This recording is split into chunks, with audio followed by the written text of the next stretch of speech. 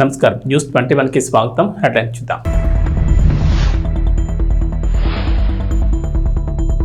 ఏపీలో రేషన్ కార్డులు ఉన్న వారికి గుడ్ న్యూస్. వచ్చే నెల నుంచి ఉచిత బియ్యంతో పాటుగా సబ్సిడీపై చక్కెర, కందిపప్పును పంపిణీ చేయాలని నిర్ణయం.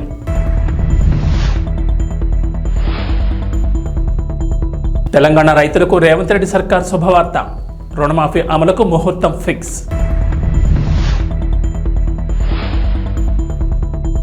బీజేపీలో విలీనం వార్తలపై బీఆర్ఎస్ స్పందించాలి.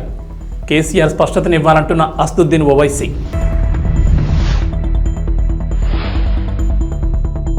తెలంగాణ, ఏపీలో భారీ వర్షాలు. పలు జిల్లాలను హెచ్చరించిన వాతావరణ శాఖ. ఆంధ్రప్రదేశ్లో రేషన్ కార్డులు ఉన్న వారికి ప్రభుత్వం తీపి కబురు చెప్పింది. వచ్చే నెల నుంచి ఉచిత బియ్యంతో పాటుగా సబ్సిడీపై చక్కెర, కందిపప్పును కూడా పంపిణీ చేయాలని నిర్ణయం తీసుకున్నారు.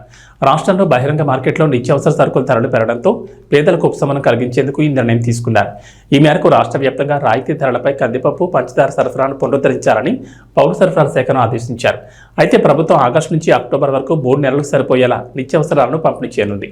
బియ్యంతో పాటుగా కందిపప్పు, పంచదార, గోధుమ పిండి సరఫరా కోసం పౌర సరఫరాల శాఖ కాంట్రాక్టర్ల నుంచి ఇప్పటికే టెండర్లు ఆహ్వానించింది. మొత్తం 22,500 టన్నుల కందిపప్పుతో పాటుగా 17,538 టన్నుల పంచదార సేకరణ కోసం టెండర్లు ఆహ్వానించారు. అయితే పంచదార సరఫరాదారులు ఎక్కువ ధరలు కోట్ చేశారు. దీంతో పౌర సరఫరాల శాఖ టెండర్ ప్రక్రియను రద్దు చేసి మళ్లీ రెండోసారి టెండర్లను పిలిచారు. ఈ నిత్యావసరాలను ఈ వారంలోనే ఈ ప్రొక్యూర్మెంట్ ద్వారా టెండర్ల ప్రక్రియను అధికారులు పూర్తి చేయనున్నారు. వచ్చే నెల నుంచి కార్డుదారులకు రాయితీపై 67 రూపాయలకే కిలో కందిపప్పును అందిస్తారు. అలాగే అరకిలో చొప్పున చక్కెరను కూడా పంపిణీ చేస్తారు. గత ప్రభుత్వం రాష్ట్రాల్లోని కార్డుదారులందరికీ నాణ్యమైన బియ్యం, ఇతర రేషన్ సరుకులు ఇంటింటికి అందిస్తామని చెప్పారని, కానీ అందించలేకపోయారని కూటమి ప్రభుత్వం తెలిపింది. అయితే కూటమి ప్రభుత్వం అధికారంలోకి రాగానే పౌర సరఫరాల శాఖపై ప్రత్యేకంగా ఫోకస్ పెట్టారు. నిత్యావసర వస్తువులు తూకంలో తేడాలు రావడంతో ప్రస్తుతానికి వాటిని ఆపేశారు. ఈ సమస్యను పరిష్కరించి వచ్చే నెల నుంచి సరుకుల్ని పంపిణీ చేయనున్నారు. తెలంగాణ రైతులకు రేవంత్ రెడ్డి సర్కార్ ఎగిరి గంతేసే వార్త వినిపించింది. అసెంబ్లీ ఎన్నికల్లో ఇచ్చిన హామీ మేరకు రైతులకు 2 లక్షల మేర రుణమాఫీ చేసేందుకు గాను సోమవారం రోజున పథకానికి సంబంధించిన మార్గదర్శకాలు విడుదల చేసిన ప్రభుత్వం మరో శుభవార్త వినిపించింది. రుణమాఫీ అమలుకు ముహూర్తం ఫిక్స్ చేసింది. ఈ నెల 18వ తేదీ నుంచి రుణమాఫీ ప్రక్రియను మొదలుపెట్టనున్నట్లు ప్రభుత్వం స్పష్టం చేసింది. ఈ మేరకు సీఎం రేవంత్ రెడ్డితో పాటు వ్యవసాయ శాఖ మంత్రి తుమ్మల నాగేశ్వరరావు కీలక వ్యాఖ్యలు చేశారు. రైతు రుణమాఫీకి రేషన్ కార్డే ప్రామాణికమని మార్గదర్శకాల్లో పేర్కొనగా, రైతుల్లో ఏర్పడిన గందరగోళానికి మంత్రి తుమ్మల నాగేశ్వరరావు క్లారిటీ ఇచ్చారు. అర్హులైన రైతులకు రేషన్ కార్డు లేకున్నా రుణమాఫీ చేయనున్నట్లు స్పష్టం చేశారు. రేషన్ కార్డు అనేది కేవలం రైతు కుటుంబ నిర్ధారణ కోసమేనని స్పష్టం చేశారు. పాస్బుక్ ఆధారంగానే రుణమాఫీ చేస్తామని క్లారిటీ ఇచ్చారు. రాష్ట్రంలో మొత్తం రుణమాఫీ లబ్ధిదారులు 40 లక్షల మంది ఉన్నారని, అందులో కేవలం 6 లక్షల మందికి మాత్రమే రేషన్ కార్డు లేవని మంత్రి పేర్కొన్నారు. ₹1,00,000 రుణం ఉన్నటువంటి ప్రతి రైతు ఖాతాలో జమ చేసేదానికి 18వ తారీఖు సుముహూర్తం నిశ్చయించారు. కానీ రైతులందరూ ఆ కార్యక్రమంలో పాల్గొని ఆ ₹1,00,000 వెంటనే మీరు మళ్ళీ మీ చేతిలోకి తీసుకొని వ్యవసాయాన్ని పండగ చేయాలని చెప్పి రాష్ట్ర ప్రభుత్వం కోరుకుంటుంది. మిగతా ₹1,00,000 కూడా అతి కొద్ది రోజుల్లోనే మీ ఖాతాలోకి జమ చేసేదానికి రాష్ట్ర ప్రభుత్వం సర్వశక్తులు వడ్డీ మాట నిలుపుకోవడం కోసం ప్రయత్నం చేస్తుందని చెప్పి రైతు సోదరులకు విజ్ఞప్తి చేస్తున్నాం. మాజీ ముఖ్యమంత్రి కేసీఆర్ నేతృత్వంలోని బీఆర్ఎస్ పార్టీ బీజేపీలో విలీనం కాబోతోందని, ఇందుకోసం ఢిల్లీలో చర్చలు జరుగుతున్నాయని వస్తున్న వార్తలపై MIM chief, Hyderabad MP Asaduddin Owaisi స్పందించారు. ఈ విషయం గురించి తనకు కూడా పూర్తిగా తెలియదని, పత్రికల్లో వార్తలు మాత్రమే చదివాలని చెప్పారు. విలీనం వార్తలపై కేసీఆర్ స్పష్టతనివ్వాలని కోరారు. పార్టీ కార్యాలయంలో నిన్న ఆయన విలేకరులతో మాట్లాడుతూ 10 ఏళ్ల పాలనలో రాష్ట్రాన్ని బీఆర్ఎస్ అభివృద్ధి చేసిందని, అయితే ఎన్నికల్లో ఓటమి తర్వాత ఆ పార్టీ అనుసరిస్తున్న విధానాలు తనకు తెలియవని పేర్కొన్నారు. ఉగ్రవాదుల కాల్పుల్లో 4 జవాన్లు మృతి చెందడం బాధాకరమన్న ఆయన దీన్ని తీవ్రంగా ఖండిస్తున్నట్లు చెప్పారు. ఆర్టికల్ 370 ఎత్తివేశాక కాశ్మీర్లో పరిస్థితులు చక్కబడ్డాయని కేంద్రం చెబుతున్నది ఒట్టిదేనని విమర్శించారు. ట్రిపుల్ తలాక్, యూసీసీకి వ్యతిరేకంగా న్యాయ పోరాటం చేయాలని అఖిల భారత ముస్లిం పర్సనల్ లా బోర్డు నిర్ణయించినట్లు చెప్పారు. మహారాష్ట్రలో ముస్లిం ప్రార్థనా స్థలాలు, మసీదులపై దాడులు జరుగుతున్నా అక్కడి ప్రభుత్వం కానీ కేంద్రం కానీ పట్టించుకోవడం లేదని ఓవైసీ ఆగ్రహం వ్యక్తం చేశారు. తెలుగుదేశం పార్టీ అధినేత నారా చంద్రబాబు నాయుడు కీలక నిర్ణయం తీసుకున్నారు. ఇకపై కార్యకర్తల సమస్యలు తెలుసుకునేందుకు సరికొత్త కార్యక్రమానికి శ్రీకారం చుట్టారు. టీడీపీ శ్రేణుల సమస్యలు స్వయంగా తెలుసుకోవడానికి వీలుగా మంత్రులు, పార్టీ నేతలు నేటి నుంచి మంగళగిరిలోని టీడీపీ కేంద్ర కార్యాలయంలో అందుబాటులో ఉండాలని సూచించారు. చంద్రబాబు సూచన మేరకు రోజుకొకరు చొప్పున ఈ నెల 31 వరకు పార్టీ కార్యాలయంలో అందుబాటులో ఉంటారు. టీడీపీ కార్యకర్తలు సామాన్యుల నుంచి వినతులు స్వీకరించనున్నారు. మంత్రులతో పాటు ఒక్కో రోజు ఒక్కో ముఖ్య నేత కూడా అందుబాటులో ఉంటారని పార్టీ కార్యాలయం తెలిపింది. శని, ఆదివారాలు మినహా అన్ని రోజుల్లో నేతలు అందుబాటులో ఉంటారు. తెలుగుదేశం పార్టీ అధినేత ముఖ్యమంత్రి నారా చంద్రబాబు నాయుడు ఆదేశాలతో ఈ నిర్ణయం తీసుకున్నట్లు పార్టీ కార్యాలయం ఒక ప్రకటనలో తెలిపింది. మంగళగిరిలో టీడీపీ కేంద్ర కార్యాలయంలో ఇకపై నేతలు, కార్యకర్తల కోసం రాష్ట్ర మంత్రులు అందుబాటులో ఉంటారని తెలిపారు. కార్యకర్తలు నాయకులు గమనించాలని సూచించారు. ఏపీ ముఖ్యమంత్రి నారా చంద్రబాబు నాయుడు కార్యాలయ చీఫ్ సెక్యూరిటీ ఆఫీసర్గా యువ అధికారికి బాధ్యతలు అప్పగించారు. ప్రకాశం జిల్లా మార్కాపురానికి చెందిన డాక్టర్ తంగిరాల యశ్వంత్ మొన్నటి వరకు జమ్మలమడుగు డీఎస్పీగా పనిచేశారు. తాజాగా కీలకమైన సీఎంఓ కార్యాలయం చీఫ్ సెక్యూరిటీ ఆఫీసర్గా బాధ్యతలను అప్పగించగా సోమవారం బాధ్యతలు స్వీకరించారు. యశ్వంత్ జమ్మలమడుగు వంటి ప్రాంతాల్లో ఇటీవల జరిగిన ఎన్నికల్లో సమర్థవంతంగా విధులు నిర్వర్తించారు. పోలీసు ఉన్నతాధికారుల నుంచి ప్రశంసలు అందుకున్నారు. దీంతో ఆయన ముఖ్యమంత్రి కార్యాలయ చీఫ్ సెక్యూరిటీ అధికారిగా నియమించారు. యశ్వంత్ మొదటి పోస్టింగ్ ఉమ్మడి చిత్తూరు జిల్లా పుత్తూరు కాగా అక్కడ మంచి అధికారిగా పేరు తెచ్చుకున్నారు. ఆ తర్వాత చంద్రగిరి, తిరుపతి లాంటి ముఖ్యమైన చోట్ల విధులు నిర్వహించారు. ముఖ్యంగా ఎర్రచందనం అక్రమ రవాణాను అరికట్టడంలో యశ్వంత్కు గుర్తింపు వచ్చింది. తిరుపతి నుంచి పుట్టపర్తికి డీఎస్పీగా వెళ్లారు. ఆ తర్వాత అక్కడి నుంచి జమ్మలమడుగు డీఎస్పీగా బదిలీ అయ్యారు. యశ్వంత్ వెళ్లిన కొంతకాలానికే ఎన్నికలు వచ్చాయి.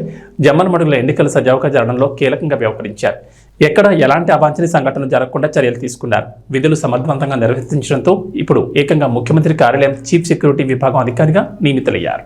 అన్నదాతకు ఆగస్టు 15 లోపు 2 లక్షల రుణమాఫీ వర్తింపజేస్తామని తెలంగాణ ప్రభుత్వం హామీ ఇచ్చిన సంగతి తెలిసిందే. 2 రోజుల క్రితం అందుకు సంబంధించిన మార్గదర్శకాలు కూడా విడుదలయ్యాయి. ఇక రేపటి నుంచి తొలి విడత రుణమాఫీ ప్రక్రియను ప్రారంభిస్తామని సీఎం రేవంత్ రెడ్డి వ్యవసాయ శాఖ మంత్రి తుమ్మల నాగేశ్వరరావు వెల్లడించారు. ఈ నేపథ్యంలో ఈ పథకానికి సంబంధించిన అర్హతల విషయమై మంత్రి తుమ్మల కీలక కామెంట్స్ చేశారు. మంగళవారం మీడియాతో చిట్చాట్గా మాట్లాడిన మంత్రి తుమ్మల ఎంపీలు, ఎమ్మెల్యేలు, ఎమ్మెల్సీలు, ఐఏఎస్, ఐపీఎస్, ఇతర ఉన్నతాధికారులకు 2 లక్షల రుణమాఫీ వర్తించదని స్పష్టం చేశారు. 1 లక్ష జీతం వచ్చే ఉద్యోగులకు కూడా రుణమాఫీ వర్తించదని అన్నారు. అయితే ఈ నిబంధన ప్రభుత్వ ఉద్యోగులుగా లేక ప్రైవేట్ ఉద్యోగులకు కూడానా అనే విషయంపై క్లారిటీ ఇవ్వలేదు. ఇక అర్హులైన రైతులకు రేషన్ కార్డు లేకున్నా రుణమాఫీ వర్తింపజేస్తామన్నారు. ఈ నెల 18న 1 లక్ష రుణమాఫీ చేస్తామని, అందుకు మొత్తం 6,000 కోట్లకు పైగా రైతుల ఖాతాల్లోకి జమ చేయనున్నట్లు వెల్లడించారు. ఆగస్టు 15లోగా మిగతా రైతులకు 1 లక్ష రుణమాఫీ చేస్తామని తుమ్మల స్పష్టం చేశారు. తమ ప్రభుత్వం సీఎం రేవంత్ రెడ్డి హామీ ఇచ్చే విధంగా ఆగస్టు 15 నాటికి 2 లక్షల వరకు పూర్తిగా రుణమాఫీ చేస్తామని చెప్పారు.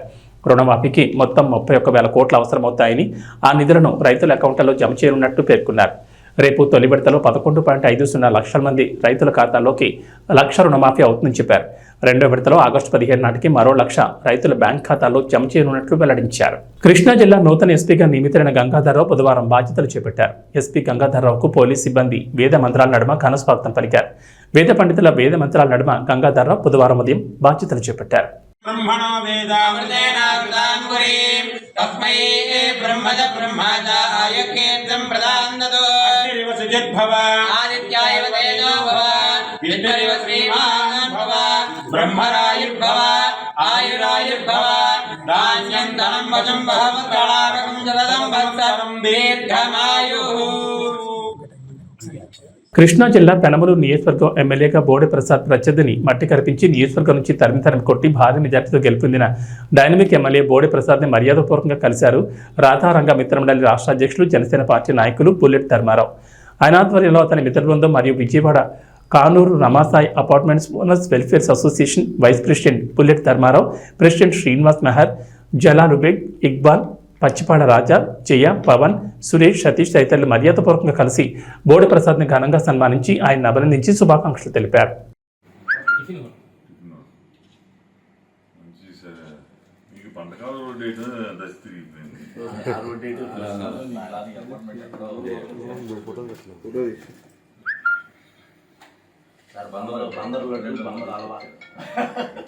కావాలని బందరాలో బందరు ప్రత్యేకంగా తీసుకొచ్చారు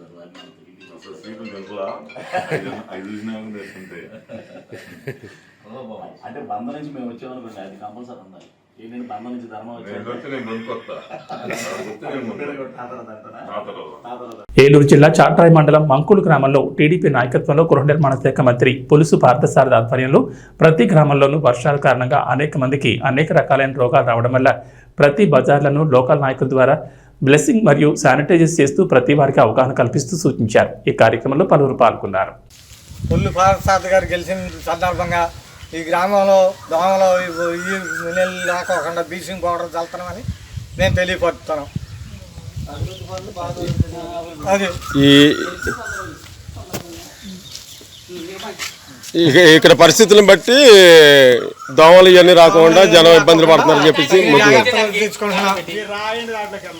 తెలుసు కదా.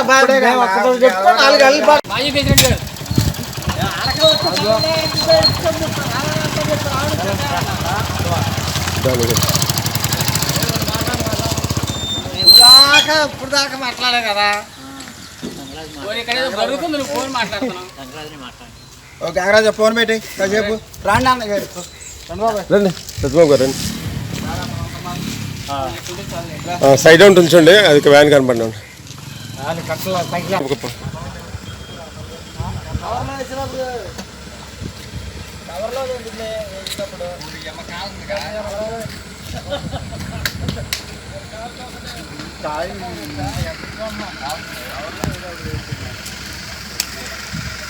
ఇలా వద్దామన్న ఈ ఖాళీ మీటింగ్ వస్తున్నారు వీళ్ళు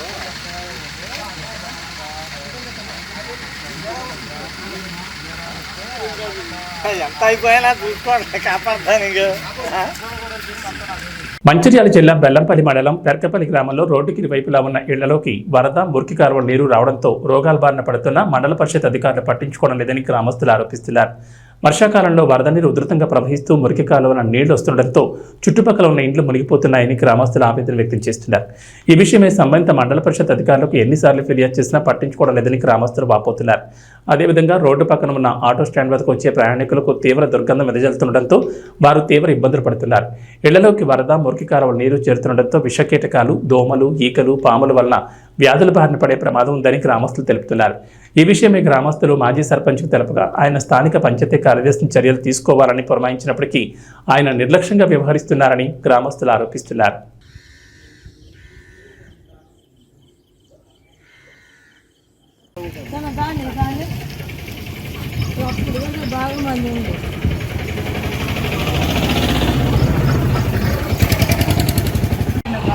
పెద్దగా నిండింది చూడండి. ఇళ్ళల్లో కూడా చేరినాయి. ఇలా పాములు, తేళ్లు, పురుగులు, డెంగ్యూ, మలేరియా, టైఫాయిడ్ జ్వరాలు వస్తున్నాయి. మా పిల్లలు అందరికీ కూడా ఇక్కడ చాలా తిరిగే ప్రదేశంలో ఒక ఈ నిర్లక్ష్యం వల్ల ఇక్కడ జామ అయ్యి ఒక చిన్న వర్షానికి గింత కాలువ జామ అయ్యడం వల్ల అయినా కూడా స్పందిస్తలేరు. ఖచ్చితంగా స్పందించి దీన్ని చర్య తీసుకోవాలని మేము కోరుకుంటున్నాం. జామ కావడం వల్ల చిన్న చిన్న పాములు, తేళ్లు అది చెరువులో కలిసే వాటర్. గ్రామంలో 10వ వార్డుకు సంబంధించిన మురికి కాలువ వాటరు ఎప్పుడైనా చెరువులోకి వెళ్ళే కాలువ ఆ చెత్త అంతా జామ్ అయి అవి రిటర్న్ వచ్చి ఇళ్ళకు వచ్చి అంత కంపు తయారై పాములు, తేళ్ళు అన్నీ పారుతున్నాయి. ఆ కంపుతోటి దోమలు, ఈగలు అనారోగ్యానికి గురవుతామని దాన్ని వెంటనే దయచేసి ఈ కాలువను సాగు చేసి నీళ్ళు వెళ్ళే మార్గం చేయాలని మేము కోరుచున్నాం. లేకపోతే చాలా ఇబ్బంది అవుతుంది మాకు. దీనివల్ల రోగాలు అన్నీ తయారవుతాయి. పాములు, తేళ్ళు ఈ భయానికి ఈ రోడ్డు పొండి నడవలేకపోతున్నాం. దీన్ని దయచేసి పై అధికారులైనా ఎవరైనా దీన్ని సాగు చేసి వెంటనే చేయాలని నా మనవి. గ్రామ పంచాయతీలోని 10వ వార్డులో గల ఈ మురికి కాలువ ఇది పోయిన సంవత్సరం పాలకవర్గం ఉండగా ఎంతో కొంత ఎంబడి పడి సాఫ్ చేయించినాం. ఇప్పుడు స్పెషల్ ఆఫీసర్ పాలన వచ్చింది. స్పెషల్ ఆఫీసర్ అనే మనిషి ఇప్పటి వరకు కనిపించలేదు మాకు. ఇక పంచాయతీ సెక్రటరీకి 2-3 సార్లు చెప్పినా కానీ మా దగ్గర బడ్జెట్ లేదు సార్, ఏదైనా చేసి చూద్దాము అంటాడు తప్ప పని చేసులేదు. ఇది మరి పై అధికారులు దీనిని స్పందించి వెంటనే ఈ మురికి కాలువని సాఫ్ చేసి ఇక్కడ అనారోగ్యానికి గురి కాకుండా చేయగలరని మనవి. సుకుమార్, అల్లు అర్జున్ కలిసి పుష్ప 2ని బాగానే చెక్కుతున్నట్లుగా కనిపిస్తోంది. ఇంతవరకు షూటింగ్ను పూర్తి చేయలేకపోతున్నారు. ఆగస్టు 15న డెడ్ లైన్ పెట్టుకున్నారు, కానీ షూటింగ్ పూర్తి చేయలేకపోయారు. ఇప్పుడు ఈ మూవీని అయితే డిసెంబర్ 6కు వాయిదా వేశారు. షూటింగ్కి గ్యాప్ దొరకడంతో బన్నీ తన ఫ్యామిలీతో కలిసి వెకేషన్కి వెళ్ళిపోయాడు. ఆదివారం బన్నీ రిటర్న్ అయ్యాడు. అయితే ఎయిర్పోర్ట్లో బన్నీ లుక్ చూసి అంతా షాక్ అయ్యారు. బన్నీ గడ్డం తీసేశాడు. తన గడ్డాన్ని ట్రిమ్ చేసుకున్నాడు. పుష్ప స్టైల్లో కనిపించడం లేదు. ఫ్లైట్లో ఎవరో ఒకరు బన్నీ లుక్ను చూపించారు. గడ్డాన్ని ట్రిమ్ చేసుకున్న బన్నీని చూపించారు. ఆ గడ్డం పుష్పరాజు లుక్లోకి రావాలంటే టైం బాగానే పట్టేలా ఉంది. అతను ఈ గడ్డాన్ని ఎందుకు తీయాల్సి వచ్చింది అని అభిమానులు అనుకుంటున్నారు. సుకుమార్, బన్నీ మధ్య గ్యాప్ ఏర్పడిందని, అందుకే ఇలా ఇద్దరు ఎడమొహం పెడమొహంగా ఉన్నారని నెట్టింట్లో ఓ టాక్ ప్రచారంలోకి వచ్చింది. బన్నీ ఏమో పుష్పాను 3 టీములుగా పెడగొట్టి షూట్ చేయాలని అంటున్నాడట. కానీ సుక్కు ఏమో అవన్నీ వద్దని అంటున్నాడట.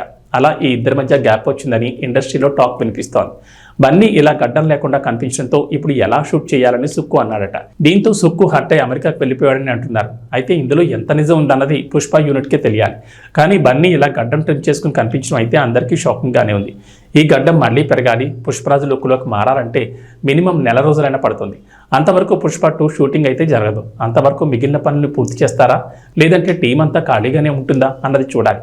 ఈ మూవీ కోసం ఇప్పటికే చాలా మంది చాలాసార్లు డేట్లను అడ్జస్ట్ చేసుకుంటూ వస్తున్నారన్న సంగతి తెలిసిందే. లంక పర్యటనతో టీమిండియా హెడ్ కోచ్ గా గౌతమ్ గంభీర్ ప్రస్థానం మొదలు కానుంది. ఈ పర్యటనలో భాగంగా భారత్ 3 వన్డేలు 3 టెస్టులు ఆడనుంది. పర్యటనలో తొలి మ్యాచ్ జూలై 27 జరగనుంది. 2021 తర్వాత భారత క్రికెట్ జట్టు శ్రీలంకలో పర్యటించడం ఇదే తొలిసారి. ఆ పర్యటనలో హెడ్ కోచ్ గా రాహుల్ ద్రవిడ్ ఉండగా భారత ద్వితీయ శ్రేణి జట్టుకు కెప్టెన్ గా శిఖర్ ధావన్ ఉన్నాడు. భారత్ జట్టు శ్రీలంక పర్యటన పూర్తి వివరాలు, పర్యటనలో భారత్ 3 టీ20లను తొలుత ఆడనుంది. ఈ సిరీస్ మొత్తం పల్లెకెల్లలోని అంతర్జాతీయ స్టేడియంలో జరగనుంది. వన్డేలకు కొలంబోలోని ప్రేమదాస్ స్టేడియం ఆతిథ్యం ఇవ్వనుంది. జూలై 27, 28, 30 తేదీల్లో 3 టీ20లు, ఆగస్టు 2, 4, 7 తేదీల్లో వన్డే మ్యాచ్లు జరగనున్నాయి. టీ20 మ్యాచ్లు భారత కాలమాన ప్రకారం రాత్రి 7 గంటలకు ప్రారంభమవుతాయి. వన్డే మ్యాచ్లు మధ్యాహ్నం 2:30 మొదలవుతాయి. ఇక వాతావరణ విషయానికి వస్తే బంగాళాఖాతంలో ఏర్పడిన అల్పపీడన ప్రభావంతో ఆంధ్రప్రదేశ్లో వర్షాలు కురుస్తున్నాయి. రాష్ట్ర వ్యాప్తంగా ముసురు వాతావరణం కనిపిస్తుండగా ఈ నెల 19న మరో అల్పపీడనం ఏర్పడే అవకాశం ఉందని వాతావరణ శాఖ అంచనా వేస్తోంది. ఈ ప్రభావంతో రాబోయే 5 రోజుల్లో రాష్ట్ర వ్యాప్తంగా విస్తారంగా వర్షాలు పడే అవకాశం ఉందంటున్నారు. ఇవాళ కోస్తా జిల్లాలో భారీ వర్షాలు, గురు శుక్ర శనివారాల్లో భారీ నుంచి అతి భారీ వర్షాలు పడే ఛాన్స్ ఉంది. రాయలసీమలో తేలికపాటి నుంచి ఓ మోస్తరు వర్షాలకు అవకాశం ఉందంటున్నారు. అక్కడక్కడ గంటకు నుంచి 30 నుంచి 40 కిలోమీటర్ల వేగంతో ఈదురుగాలులు వీస్తాయంటున్నారు. ఇటు తెలంగాణకు హైదరాబాద్ వాతావరణ కేంద్రం అధికారులు రెయిన్ అలర్ట్ జారీ చేశారు. ఇవాళ పలు జిల్లాల్లో భారీ వర్షాలు కురుస్తాయని చెప్పారు. రేపటి నుంచి 3 రోజుల పాటు పలు జిల్లాల్లో అతి భారీ వర్షాలకు ఛాన్స్ ఉందన్నారు. మంగళవారం దక్షిణ ఒడిశా పరిసరాల్లో కేంద్రీకృతమైన అల్పపీడనం ప్రస్తుతం దక్షిణ ఛత్తీస్గఢ్కు సమీపంలో కేంద్రీకృతమైందన్నారు. ఉపరితల ఆవర్తనం సగటున సముద్ర మట్టానికి 5.8 కిలోమీటర్ల ఎత్తులో నైరుతి దిశగా వంగి ఉందని చెప్పారు. ఈ మేరకు పలు జిల్లాలకు వాతావరణ శాఖ ఆరెంజ్ అలర్ట్ జారీ చేసింది. ఏబీ బులెటిన్ విశేషాలు. నమస్కారం.